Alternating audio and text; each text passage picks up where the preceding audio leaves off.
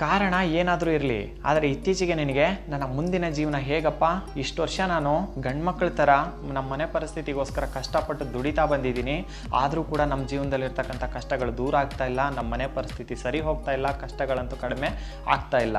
ಹಿಂಗೆ ಕಷ್ಟಗಳ ಆರ್ಭಟ ಜಾಸ್ತಿ ಆದರೆ ಮುಂದೆ ನನ್ನ ಜೀವನ ಹೇಗೆ ನಮ್ಮ ಮನೆ ಪರಿಸ್ಥಿತಿ ನಡೆಯುತ್ತೆ, ಮುಂದೊಂದು ದಿನ ನಾನು ಬದುಕ್ತೀನ, ಯಾಕೋ ಜೀವನದಲ್ಲಿ ನಾನು ಸೋತೋದೆ ಅಂತ ಅನ್ನಿಸ್ತಾ ಇದೆ ಅಂತ ಈ ಥರ ನೋವಲ್ಲಿ ನೀನು ತುಂಬಾ ಕಣ್ಣೀರನ್ನು ಹಾಕ್ತಾ ಇದೆಯಾ ಅಂತ ನನಗೆ ಚೆನ್ನಾಗಿ ಗೊತ್ತು ತಂಗಿಮ್ಮ.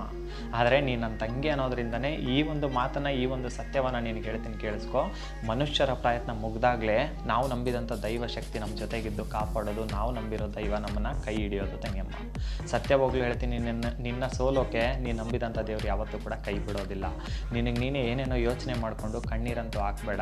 ಯಾಕಂದರೆ ನೀನು ಚೆನ್ನಾಗಿದ್ರೇ ಮನೆ ನಡೆಯುತ್ತೆ. ನೀನು ಮೊದಲು ಚೆನ್ನಾಗಿರಬೇಕು. ನಗುವಿನ ಗೊಂಬೆ ನೀನು ಕಣ್ಣೀರು ಹಾಕಿದರೆ ಸರಿಯಲ್ಲ. ನಮ್ಮ ಮನೆ ಮಹಾಲಕ್ಷ್ಮಿ ಕೂಡ ನೀನೇ.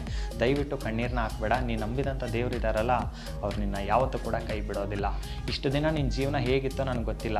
ಈಗ ನೀನು ಯಾಕೋ ಒಂಥರ ಸೋತೋದೆ ಅಂತ ಅನ್ಕೊತಿದ್ದೀಯ ಅಂದರೆ ಅರ್ಥ ಮಾಡ್ಕೊ, ನಿನ್ನ ಜೊತೆಗೆ ಆ ದೇವ್ರು ನಿಲ್ತಾ ಇದ್ದಾರಂತ ಅರ್ಥ. ನಿನ್ನ ಸೋಲೋಕೆ ಆ ದೇವ್ರು ಬಿಡೋದಿಲ್ಲ. ನಿನಗೆ ಒಳ್ಳೇದು ಮಾಡೇ ಮಾಡ್ತಾರೆ. ನಿನ್ನ ಕಷ್ಟಗಳನ್ನೆಲ್ಲ ದೇವರೇ ದೂರ ಮಾಡ್ತಾರೆ. ನಿನಗೆ ಖಂಡಿತ ಒಳ್ಳೇದಾಗೇ ಆಗುತ್ತೆ. ಯಾವತ್ತೂ ಕೂಡ ಸೋತೆ ಅಂತ ಅನ್ಕೋಬೇಡ. ಆತ್ಮವಿಶ್ವಾಸವನ್ನು ಕಳ್ಕೊಬೇಡ. ಒಳ್ಳೇದಾಗುತ್ತೆ ನಿನಗೆ. ಒಳ್ಳೇದಾಗಲಿ ತಂಗಿಯಮ್ಮ.